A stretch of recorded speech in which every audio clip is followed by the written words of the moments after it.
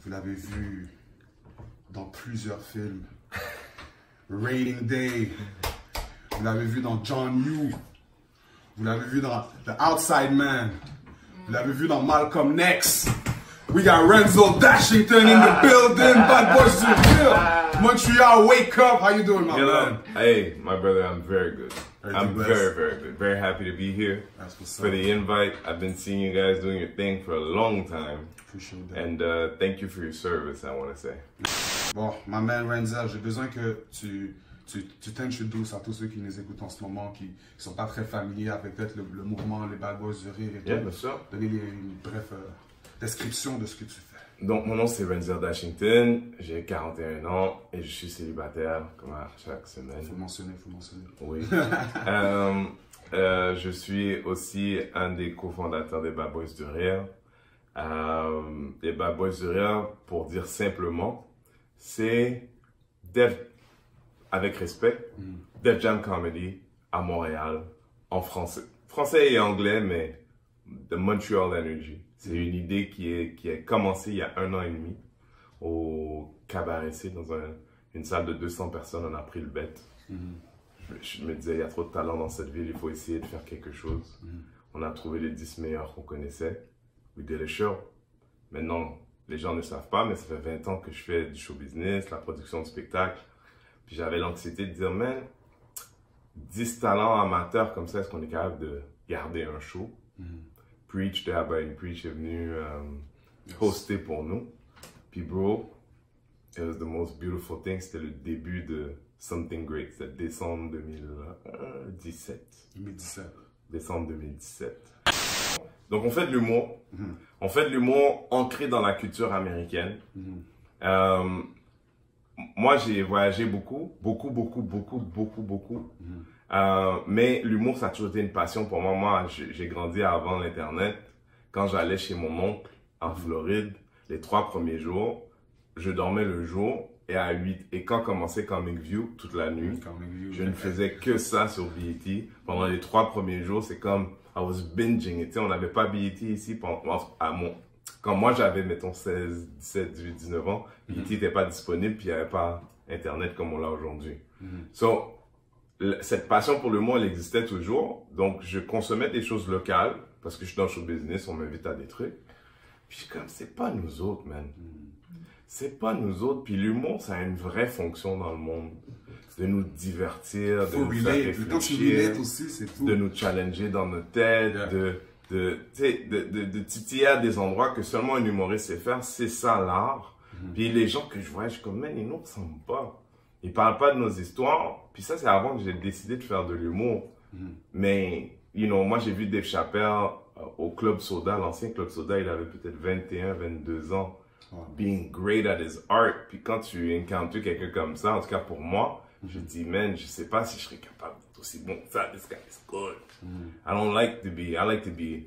J'aime ça être dans les tops. J'aime pas, ça me dérange pas d'être le premier, mais... Mais tu vois, toi qui as vu du monde comme Dave Chappelle. Ouais.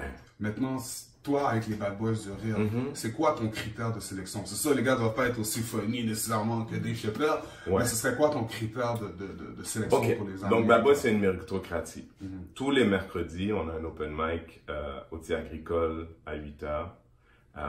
Tout le monde est invité, tu peux réserver ton spot si tu penses que tu as quelque chose de drôle. It's for everybody. Mais pour les Bad Boys, les original Bad Boys, les gars qui ont fait...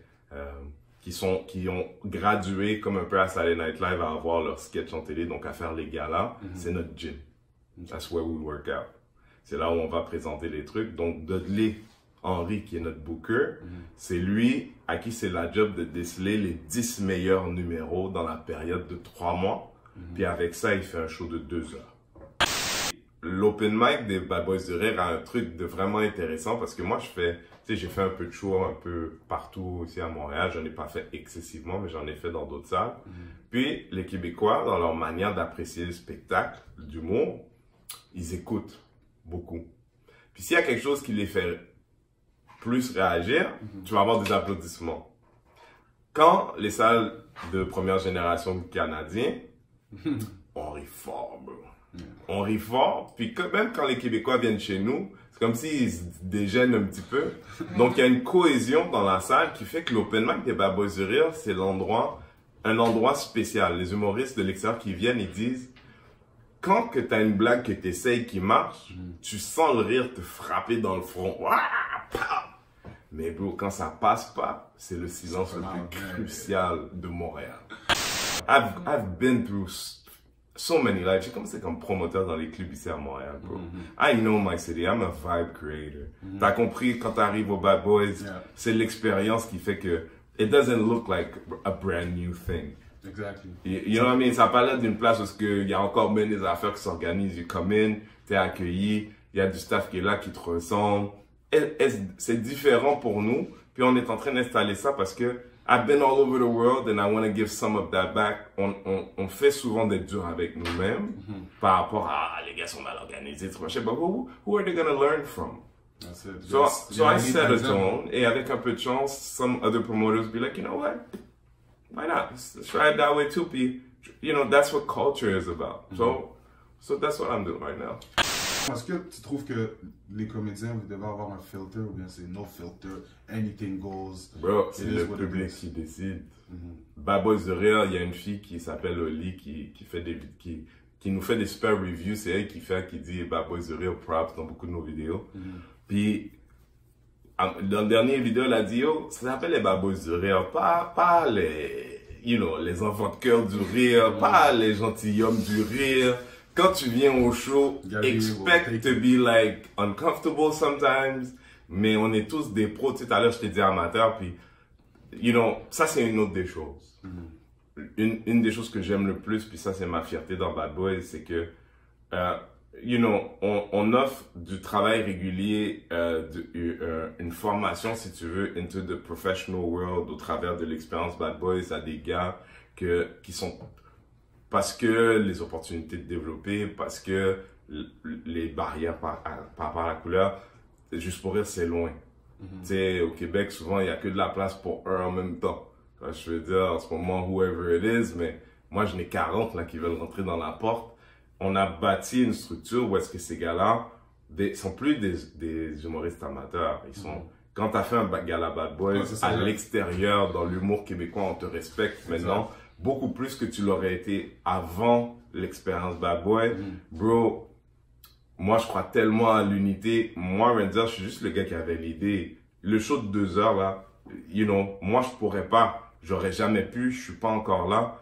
It's all these guys that make it. Nice. Moi, I'm only a part of the matrix. Mais quand tu viens, oui, mon expérience fait en sorte que this comes together, stitch well and fast, si on veut. Mais le talent que tu as vu toi-même, que vous avez vu, I didn't make it, I don't write for nobody. Ces gars-là, ils travaillent fort, ça sort de leur tête. Le talent, il était toujours là. Ils avaient juste besoin d'une voix, puis Bad Boy, hopefully, c'est ça. Là, on commence à connecter un petit peu avec les gens. Cet été, on fait 2 major festivals qui vont être annoncés cette semaine. Des connexions comme Rachid Badouri, comment t'as réussi à attirer une figure comme ça? I have a relationship with Rachid from son ancien manager. Quand j'étais producteur, je faisais la production exécutive en musique avant, dans le disque. Puis son manager avait besoin d'un coup de main. Moi, je vivais en France, j'étais très installé en France. Puis quand ils ont décidé de faire leur entrée en France, j'étais là pour lui. Son manager fait qu'I've known him. Puis un des artistes avec qui je travaillais, qui est un artiste de Montréal qui s'appelle Gage, qui était dans la voix là, il n'y a pas longtemps. Il y a un clip qui s'appelle Tu veux choisir. C'est un clip qui a 4 millions de vues sur YouTube. C'est une grosse chanson. Tu peux choisir, c'est une chanson qu'on a produite il y a longtemps. Puis à ce moment-là, j'avais offert à Rachid d'en faire partie. À ce moment-là, il n'existait pas en France. It was one way through the video clip, qui était avec Vita, une grosse artiste. So I've known Rachid since that time. And he's been gracious enough parce que Rachid y est arrivé, il est venu à un show à Laval. Puis la comparaison que j'aime faire, c'est qu'il a dit, c'est pas ce qu'il a dit, c'est ce que moi j'ai dit. Mais c'est ce qu'il m'a exprimé en termes de sentiments. Parce que I don't do cocaine, but it's a cocaine reference. It's like, at some point, having the purest cocaine you ever had, and now you gotta go back to the other stuff. It's still cocaine. But Fait The que quand hype il est is not venu, the same. quand il est venu le hype est pas le même. So, quand il est venu à Bad Boy, c'était un peu ça le feeling. It was a mainline thing. C'est comme, il se retrouvait devant un public parce que il a grandi à Laval, dans des circonstances avec des gens de toutes les cultures, des Haïtiens, des trucs, machin. Fait que, tu sais, d'être soldat au Saint-Denis, c'est absolument génial, puis son public l'adore. Mais quand il vient à Bad Boy, il vient dans le hood, you know. Un des cadeaux d'un événement Bad Boy, genre, que je regrette de pas le vivre, c'est quand tu arrives là-bas, le Québécois, il fait une immersion chez toi. C'est de toute l'expérience qu'il reçoit à la porte, quand il est assis, le show commence, de quoi on parle. It wasn't custom design, c'est un dépaysagement total. Puis ça serait une chose si c'était un concert de musique classique, où est-ce que, quand on sort de là, on s'en parle entre nous, mais bon, c'est la musique classique qu'on a écoutée. Mais là, même si tu es là puis tu comprends pas, l'énergie est contagieuse, les gens ils rient, il y a du monde à terre qui tape partout, tu sais, il y a des moments forts dans chaque show. Fait que même quand t'es pas sûr d'avoir compris, ça va au-delà de la langue quand c'est bien fait, puis je pense que, I think we do it good, bro. Tu dis pas qu'elle me dit. Make sure y'all check it out, Bad Boys du Rire. This is lit, it's funny, you're gonna have fun. Something too that I want to mention is, c'est la première fois que je voyais quelqu'un qui a fait un show en anglais la dernière fois, personnellement. Oui, oui. Est-ce que c'est quelque chose que tu on essaie toujours d'en avoir, mais ça devient, it has to be a fit. Hakim, I think, was a great fit. It was funny. Right? On avait un autre gars, Wassim, qui était là, qui est venu quelques fois aussi, RPW, qui est venu. On avait toujours comme un. Puis, je pense que un, c'est assez. Deux, s'ils sont extraordinaires. Mais je me suis rendu compte, j'ai fait un show bilingue cette semaine. Puis c'est vrai que la culture canadienne anglophone est it's not Brooklyn comedy. Alors, It's different. So c'est un pace qui est un peu différent avec des sujets différents. Là, même Oussama Fares, qui est un Marocain qui a grandi à Montréal-Nord, tu sais, ses amis sont autant haïtiens qui sont, tu vas voir, le gars, lui, is well versed in Haitian food. Tu vois, je veux dire. C'est notre culture hip-hop montréalaise, sauf pour le rap keb qui a choisi de, is heavily baigné dans la culture haïtienne, si on veut.